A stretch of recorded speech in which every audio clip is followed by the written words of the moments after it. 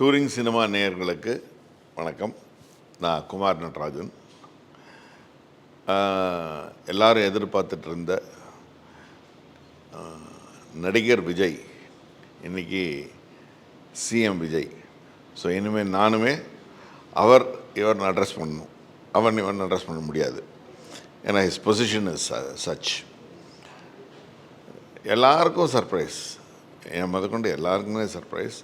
Okay, ஆனால் நான் ஒன்று மட்டும் என்னோடய ஏர்லியர் இன்டர்வியூஸ், அந்த எலெக்ஷன் பீரியடில் என்னோடய ஏர்லியர் இன்டர்வியூஸில் நான் சொல்லியிருந்தேன், ஒரு சான்ஸ் அவர் வரட்டுமே அப்படின்னு சொல்லியிருந்தேன். நான் வந்தால் தான் என்ன தப்புன்றதும் நான் சொல்லியிருந்தேன். ஸோ அது வந்ததில் எந்த தப்பும் இல்லைன்றது மக்கள் இப்போ எல்லாம் ப்ரூவ் பண்ணியிருக்காங்க. நிறைய எதிர்பார்ப்புகள், ஐ திங்க் எல்லாத்தையும் ஃபுல்ஃபில் பண்ணுவார்னு நினைக்கிறேன். ஃபஸ்ட் அண்ட் ஃபார்மோஸ்ட் என்னோட பிலேட்டட் பர்த்டே விஷஸ் விஜய் அவர்களுக்கு. என்னோட பிலேட்டட் பர்த்டே விஷஸ். ரொம்ப ஒரு அருமையான தருணம். ஒரு 42 நாளில் அவரோட பர்த்டே வந்திருக்கு. அவர் சிஎம் ஆகி 42 நாளில். ஐ திங்க் யங்கஸ்ட்டு சிஎம் இருந்தார்னு நினைக்கிறேன். அவர் தான் எங்கள் சிஎம்மாக இப்போதைக்கு நமக்கு தெரிஞ்சுது. நான் அவரோட ஒரு 3 படம் பண்ணியிருக்கேன். தேரி, உதயா, ஜனநாயகன். அதில் இந்த ஜனநாயகனில் எனக்கு இன்னும் அவரோட சேர்ந்து நடிக்கிற வாய்ப்பு இல்லை. அஃப்கோர்ஸ் அதுக்கு பதிலாக டைரக்டர் என்ன பண்ணிட்டாருன்னா, அவரை ஒரு இன்ட்ரோ கொடுக்குற மாதிரி பண்ணியிருந்தார். எனக்கு அது ரொம்ப ஒரு வரப்பிரசாதமாகவே இருந்தது. சம்பவம் பண்ணுறவனை கேள்விப்பட்டிருப்பேன், அதில் ரெக்கார்டு வைக்கிறவனை கேள்விப்பட்டிருக்கியா? எங்களுக்கு நல்ல ரிசல்ட்ஸ் கிடச்சிது. அது அந்த ட்ரெய்லரோட ரிலீஸ் சினிமாவை விட இன்னும் நல்ல பாப்புலாரிட்டி கெயின் ஆகி, அந்த கெயின் எலெக்ஷன் ரிசல்ட்ஸ்லையும் தெரிஞ்சிருக்குன்றது என்னுடைய பர்சனல் அபிப்பிராயம். தெரியும் போது நாங்கள் உட்காந்து பேசுவோம். லிட்ரலாக சொன்னால் ஷூட்டிங் ஸ்பாட்டில் ஒரு மரத்தடியில் உட்காந்து ஜாலியாக அவர் ஒரு சேர் போட்டு ஒரு மாதிரி கேஷுவலாக உட்காந்துருப்பார். திடீர்னு அந்த பக்கமாக நான் போகும்போது, சார் வாங்கன்னு சொல்லி ஒரு சேரை போட்டு உட்காந்து வச்சு பேச ஆரம்பிப்போம். இப்படி ஜென்ரலாக டாபிக் பேசுவோம். அதில் ஒரு நாள் என்ன ஆச்சுன்னா, ஒரு சிவன் கோவிலுக்கு அவர் ஏதோ ஒரு விஷயம் பண்ணியிருந்தாருன்னு அங்கேயோ நியூஸில் படித்தேன். அதை அன்றைக்கி நான் பேசினேன் அவர்கிட்ட. பேசும்போது அவர் தான்ப்பா இப்போ சொல்ல வேண்டியிருக்க, அதனால் அவர்கிட்ட பேசினேன். அப்போ என்னென்னா,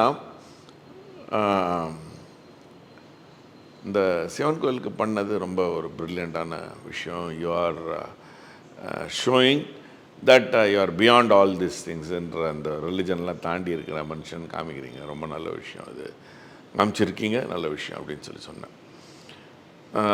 அப்படியே ஏதோ பேச்சு அப்படியே நாங்கள் அப்படியே பேசிகிட்டே இருந்தோம், எல்லாமே பேசினோம். அப்போது சின்னதாக ஒரு என்ட்ரி ஒன்று வந்தது. என்ன என்ட்ரி வந்ததுன்னாக்கா, ஏதோ இப்போ இருக்கிற பொலிட்டிக்கல் சுச்சுவேஷன்லான்றது நாங்கள் பேசினது 10-12 வருஷம் முன்னாடியா அந்த தெரிய ரிலீஸ் ஆகிறதுக்கு ஷூட்டிங் போது பேசினது. ரிலீஸ் ஆகி 10 வருஷம் ஆகிடுதுன்னு நினைக்கிறேன். ரொம்ப ப்ரில்லியண்ட்டாக ஒரு கான்டெக்ஸ்ட் வந்தது. அதில் சார் ஒருத்தருக்கு ஏதோ ஆச்சு, நீங்கள் அப்படியே விட்டு போயிடுவீங்களா அப்படின்னாரு. இல்லைப்பா, அப்படி கணக்கு நான் சொல்லலை. எனக்கு வேர்வைத்தாள் கிடையாது.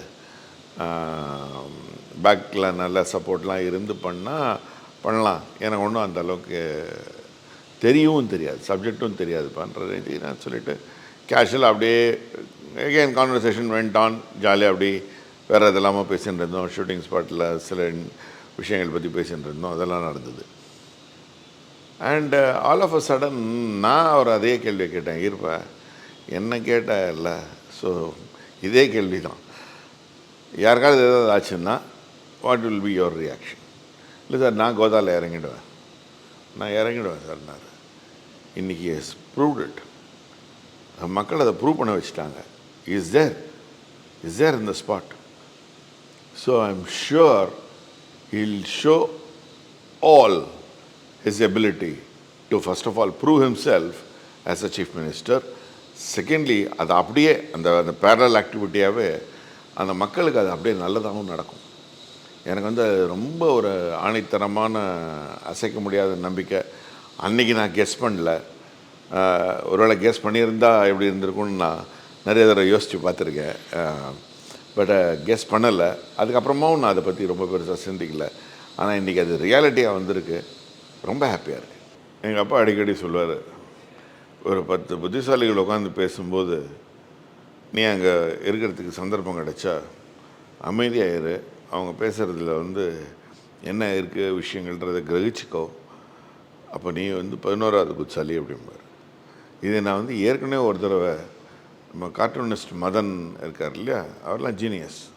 ஓகே, அவங்களோட அவர் கமல் சார், கிரேசி மோகன் சார் இவங்கெல்லாம் உட்காந்து பேசும்போது நானும் ஒரு ஸ்பெக்டேட்டராக உட்காந்துருக்கேன். அதே மாதிரி இன்னொரு அக்கேஷனில் டெல்லி கணேஷ் சார், காத்தார் ராமூர்த்தி சார் அவங்கெல்லாம் உட்காந்து பேசும்போது ஒரு ஸ்பெக்டேட்டராக உட்காந்துருக்கேன். அவங்க பக்கத்துலேயே தான். அப்பயும் அமைதியாக உட்காந்து அப்சர்வ் பண்ணியிருக்கேன். எவ்வளோ விஷயங்கள் கற்றுக்கலாம். நம்ம அமைதியாக இருக்க நிறைய விஷயங்கள் கற்றுக்க முடியுன்றதை நான் பர்சனலாக உணர்ந்திருக்கேன். ஏன்னா நான் ஜாஸ்தி பேசுவேன். ஆனால் நான் இப்போ அமைதியாக நிறைய கற்றுன்ருக்கேன். நிறைய விஷயங்கள் நான் கிரகிச்சுக்கிறேன். எனக்கு ரொம்ப பிடிச்சிருக்காது. இது வந்து விஜய் வந்து முதல்லேருந்தே அடாப்ட் பண்ணியிருக்காரு. ஏன்னா எங்கள் தெரி பண்ணும்போதும் சரி, எங்கள் உதயா பண்ணும்போதும் சரி, நான் ஜனநாயகம் பண்ணும்போதும் சரி, எல்லாத்துலேயுமே நான் அப்சர்வ் பண்ணது வந்து இஸ் பீன் ஸோ குவாய்ட். எங்கள் அப்பா அவரோட இன்டர்வியூவில் சொல்லியிருக்காரு, இது வந்து விஜயோட சுபாவம்னு சொல்லியிருக்காரு. இது ஒருத்தரோட இயல்பு, அவ்வளோதான் சுபாவம். அவரை போட்டு மிதிச்சு நீ இன்னும் பேசலையேன்னா இருப்பா, let me show it in action. அதுதான் அவரோட மந்திரமாக இருக்குது. அண்ட் சந்திரசேகர் சார் சொன்னாங்க, மக்கள் ஓட்டு போட்டது அவர் பேசுகிறதுக்காக இல்லை, மக்கள் ஓட்டு போட்டது அவர் பர்ஃபார்மன்ஸ் பண்ணுறதுக்காக. I think he will perform. ஏன்னா நான் முன்னாடி சொன்னது தான், அவர் சாதாரணமான வரல சினிமாவில். அவர் என்ட்ரி ஆகும்போது எவ்வளோ கேலி கிண்டல் இருந்தது, சூப்பர். ஆனால் இப்போது super because is there in every one's வீடு மட்டும் இல்லை, எவ்ரி ஒன்ஸ் ஹார்ட். எனக்கு அது ரொம்ப பிடிச்சிருக்கு. நான் அது முன்னாடி சொன்னேன், எல்லார் வீட்லேயும் அண்ணன் தம்பின்னு ஒரு ரூபத்தில் இருக்கான் பையன் அப்படின்னு சொன்னேன். Yes he is there and hats off to him. Shooting ஸ்பாட்டில் ஜென்ரலாக ஸ்டார்ட் சவுண்ட், கேமரா, ஆக்ஷன் அப்படிம்பாங்க. அதுக்கப்புறமா தான் ஆர்டிஸ்ட் ஜென்ரலாக என்ன பெர்ஃபார்ம் பண்ணுறோமோ பண்ண தெரிஞ்சவங்க. விஜய் வந்து நிஜமாகவே அந்த சைலண்ட்டாக இருக்கிற எபிசோட் இருக்குல்ல, அது வந்து அந்த கேமராவுக்கு வெளியில் இருக்கும். அந்த கேமராவுக்கு ஃப்ரண்ட்டில் வந்துட்டால் அது ஒரு விஜயோட சாம் வேறு லெவல். ஓகே, இன்றைக்கி நம்ம விஜயை லைட்ஸ், கேமரா, ஆக்ஷன் சொல்லாத ஒரு தலைவராகவே பார்க்குறோம், ஒரு கட்சியோட தலைவராக. பட் அதையும் மீறி ஒரு சிஎம்மாக இப்போ பார்க்குறோம். ரொம்ப பியூட்டிஃபுல்லாக அவர் பேசுகிறதே கிடையாது, பேசினா கரெக்டாக பேசுகிறாருன்ற லெவலில் இருக்குது. கேள்வி கேட்டீங்க நீங்கள், அவர் சட்டசபை தெரித்து ஓடுறாங்க அப்படின்ட்டு. உண்மையிலேயே அது வந்து ஆரோக்கியமான ஒரு ஒரு ஒரு போக்காக தெரியல. ஒரு ஹெல்த்தியான சுச்சுவேஷன் இருக்கணும்னா சட்டசபையில் எதிர்கட்சிகளும் அதர்ஸ் எல்லாருமே உட்கார்ந்து ஒருத்தர் என்ன பேசுகிறாரு, அவர் அந்த பாயிண்ட்ஸ் பக்காவாக சொல்கிறாரா, சொன்னார்னா அதை ஏற்றுக்கலாம். சொல்லலையா, ஐயா நீங்கள் இது மாதிரி சொன்னீங்க, இது வந்து காமராஜர் காலத்துலலாம் இருந்திருக்குன்னு நான் கேள்விப்பட்டிருக்கேன். நான் அப்போ பிறக்கல, கேள்விப்பட்டிருக்கேன். அது திருப்பி கொண்டு வரலாமே, இவ்வளோ ஹெல்த்தியாக இருக்கே, எல்லோரும் யங்ஸ்டர்ஸாக இருக்காங்களே, 2 கட்சியிலையுமே நிறைய யங்ஸ்டர்ஸ் இருக்கீங்களே, நிறைய மூத்த அனுபவசாலிகளும் இருக்கீங்களே, அழகாக கொண்டு வரலாமே. இதை முதலமைச்சர் அண்ட் டீம் அதை எடுத்துன்னு வந்தால் அக்செப்ட் பண்ணிட்டு ஜம்னு ஒரு லைவ்லி சட்டசபை. எங்களுக்கெல்லாம் நாங்களாம் பார்க்குறோம். எனக்கு வந்து பாலிட்டிக்ஸ் பற்றி ரொம்ப பெருசாக தெரியாது. ஆனால் அங்கங்கே கேள்விப்படுற விஷயங்கள் நாங்கள் நேரலைன்னு சொல்லி போடுறாங்க, அந்த சேனல்ஸ்லேயும் போடுறாங்க, சில கிளிப்பிங்லாம் போடுறாங்க. அப்போ வந்து ஒரு பக்கம் காலியாக இருக்குன்றது வந்து நம்மளால் ஏற்றுக்க முடியல. என்னப்பா இதுக்கெல்லாம் தானேப்பா ஓட்டு போட்டு எல்லோரும் அந்தந்த கட்சியை அவங்கவுங்க யார் யார் எம்எல்ஏ இருக்காங்களோ அவங்களெல்லாம் நாங்கள் அனுப்பிச்சிருக்கோம் போய் பேசுகிறதுக்கு தானே.